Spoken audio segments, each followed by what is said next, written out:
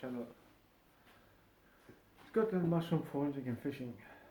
Today I want to introduce you to another mushroom, which is I have prepared on a table, and its name is called Hintapink. It's a funny name. It's a Russula, an edible one, very good edible.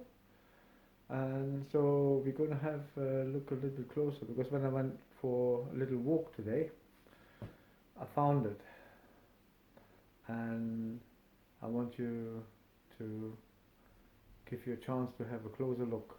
So okay, let's begin.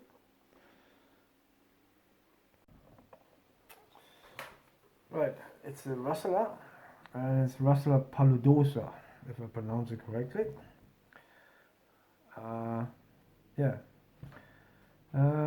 Right. Basically, it likes conifer trees, especially pine. So color could be from light red to dark red. The gills, in the beginning they could be white, and then it's like turn into creamish, yellowish. Right, if you bruise or you take off the cap a little bit, the color changes first to slight pink, then to gray. So the stem, this one has actually got a pink tint to it. They can be just white, but they also can have a pink tint. Smell,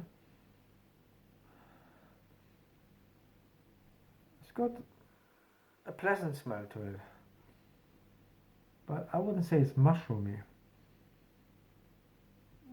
It's not bad, it's pleasant.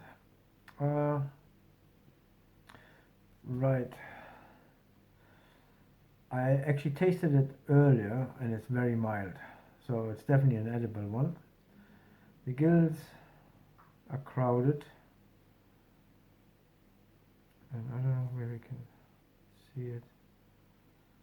So yeah, this is a bit of an older species, but you see it's a brittle gill that's just flaking off.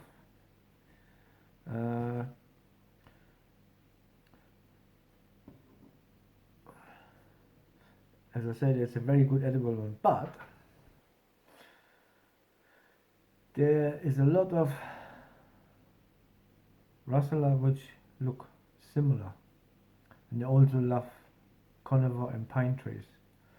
So for this one, I always taste them just to make sure. I mean, if you get the odd one in a meal, it won't make any difference.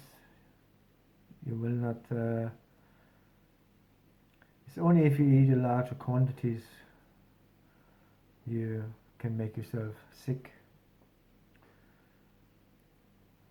So yeah, so on bruising, pinkish gray. When you peel it, under there you have pink under the skin.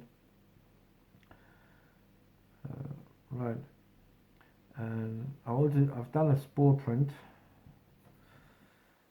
so which is here, and the light is not the best, but it's like creamy yellowish, which is correct for this type of mushroom. So okay, how do you do a spore print? So basically you take a mushroom which ideally is actually already opened up completely. So you break off the stem, and you can moisten it from the top a little bit. You just place it onto, I mean I use aluminium foil, because aluminium foil shows all the colors. So if you have something with a white spore print, you take a white paper or background, it's not going to show you. So I use silver because there isn't a spore print with silver, I don't think. Right, you just place it on it, and you just place something on top of it, and then you wait 2 hours plus, maybe even leave it overnight, and then you should get a spore print, which shows you the color. Oh, I can smell the mushroom from here. It's a distinct things. I gotta look up actually what the top smell is.